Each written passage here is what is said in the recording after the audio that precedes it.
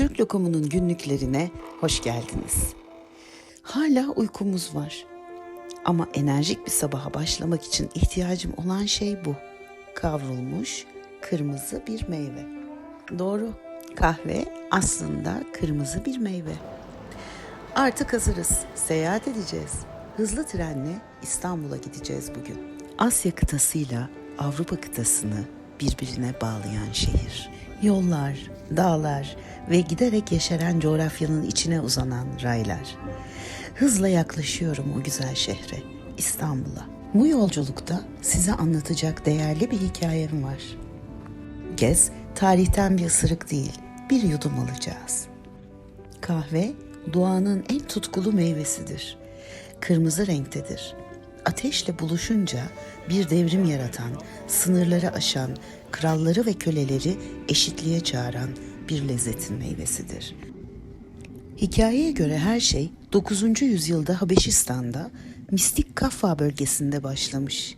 Masal bu ya, Kalde adında bir çoban varmış. Otlaklardaki kırmızı meyveleri yiyen keçilerinin dans edip zıplamaya başladığını fark etmiş. Merakı onu bu meyveleri tatmaya yönlendirmiş. İşte böylece başlamış kahvenin hikayesi. Yani insanlık tarihinin en büyülü yolculuğu. Bu kırmızı meyvenin ateşte pişen aroması, umutların, sırların, isyanların, edebiyatın içine süzüldü. Önce Müslüman şarabı, sonra şeytanın içeceği dediler ona. Tüm dillerde tek bir adı vardı oysa, kahve. Etiyopya'dan Yemen'e, Yemen'in gizemli Sufi tekkelerinden Osmanlı'ya, saraya taşınıp geldi kahve. Burada, İstanbul'da kahve sadece içilmedi. Burada yaşandı kahve. Tombak şamdanlarından Çinli kasırlara, minarelerinden saraylarına, yalılarına, sokak lezzetlerinden çarşılarına her adımda farklı bir ney üfler bu sokaklarda. İstanbul öykülerin, aşkların, lezzetlerin şehri. Tarihin sonsuz döngüsünde zamanı yavaşlatan pencerelerin şehri İstanbul. Her şehrin bir kokusu vardır. Üsküp zencefil kokar. Paris üzüm ve taş. Ankara kağıt ve susam. İzmir incir kokar. Roma fesleğen.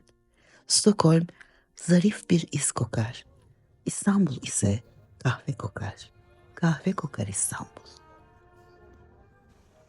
Kahve yapılış biçimiyle özgün bir tat getirmişti damaklara Anadolu'da. İstanbul'da 16. yüzyılda Mısır Çarşısı'nın bugün olduğu yerde Mısır Çarşısı'ndan önce ilk kahvehane ve onu takip eden kahvehaneler açılmıştı.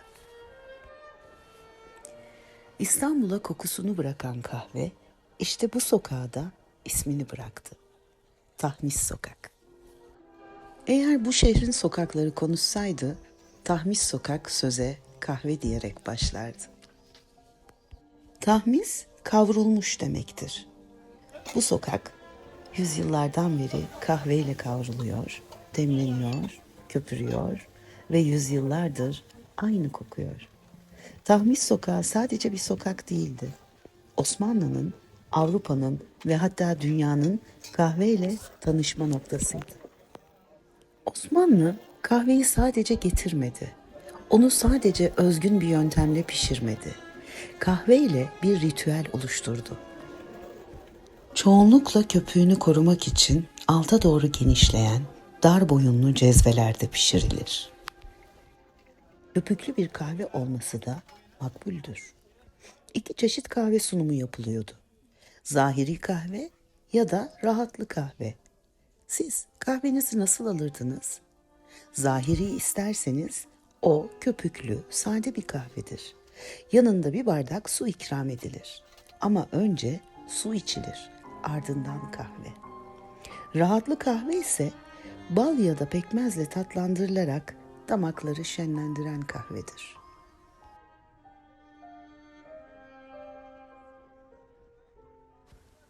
Her ne şekilde sunulursa sunulsun, ister altın kulplu fincanda, ister toprak bir kapta. Türk kahvesinin iki kuralı vardır. 1. Türk kahvesi köpüklü olur. ve mutlaka samimi sohbetlerin eşlikçisidir. 2.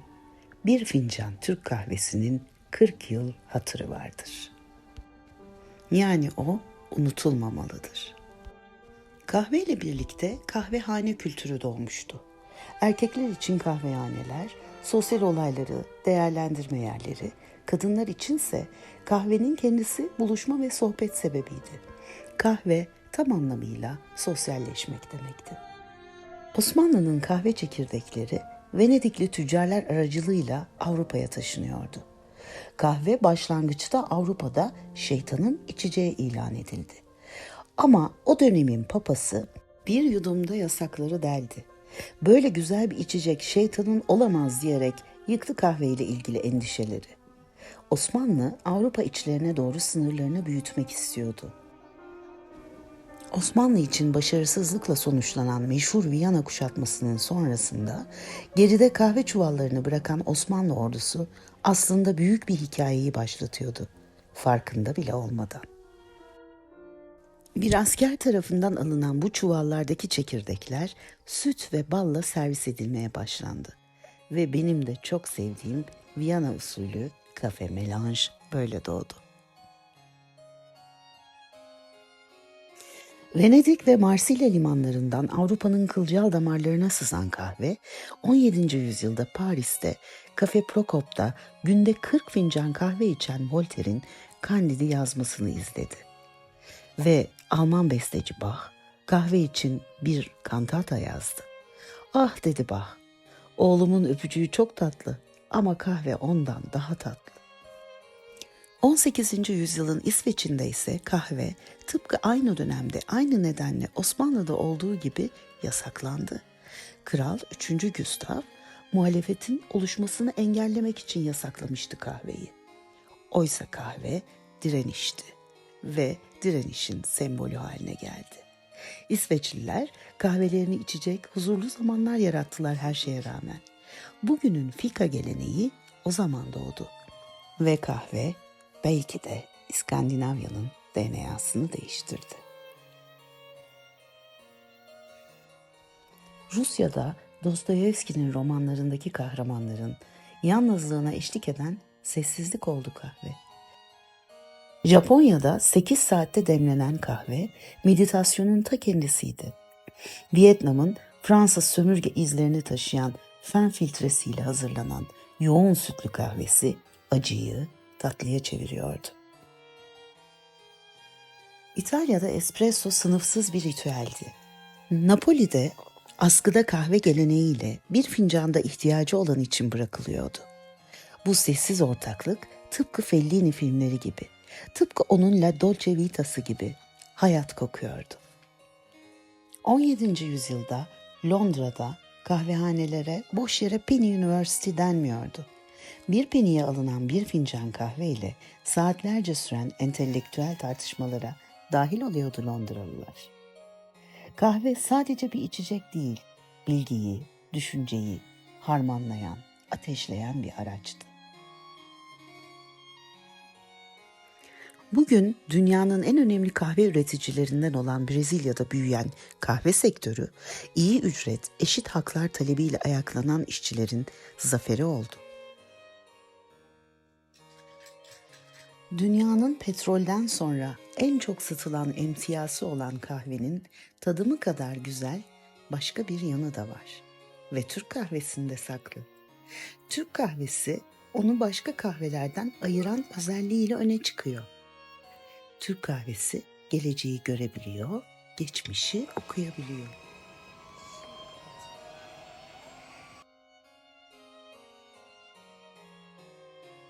Kahve falıyla meşhurdur bizim kahvemiz. Türk kahvesinin içildikten sonra geride kalan telvelerinde sırları, umutları, düşleri bulurdu kahve falı bakanlar. Telveler hikayeler anlatabilir, geleceği müjdelerdi. Bu kırmızı meyve fincanda bıraktığı siyah izlerle gönüller almaya devam ediyor hala.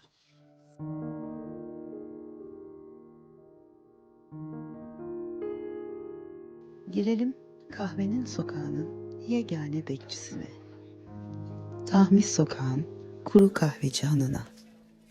Tahmis Sokağın kıvrıldığı noktaya inşa edilmiş, kahve ocaklarının ortasına kurulmuş kuru kahveci han, yılların tozuyla, unutulmuşluğun sessizliğinde silinip gidiyor fotoğraftan.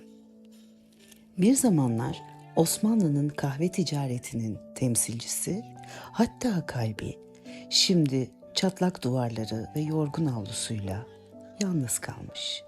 Kuru kahveci han için değişmeyen ve tanıdık olan tek şey kavrulmuş kahvenin kokusu belki de.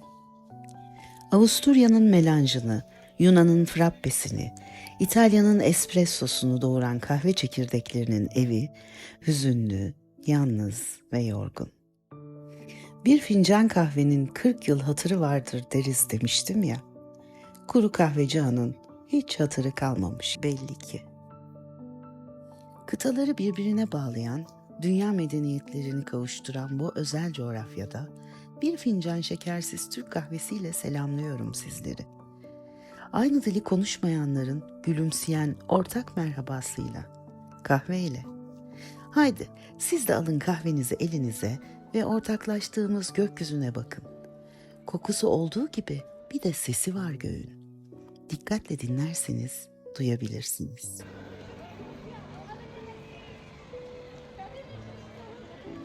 Bulunduğum bu çok özel koordinattan gülümseyerek merhaba diyorum sizlere. Yine buluşalım mı? Bir kahve içimlik olsun. Tarihten bir yudum olsun. Abone olmayı unutmayın. Hoşça kalın.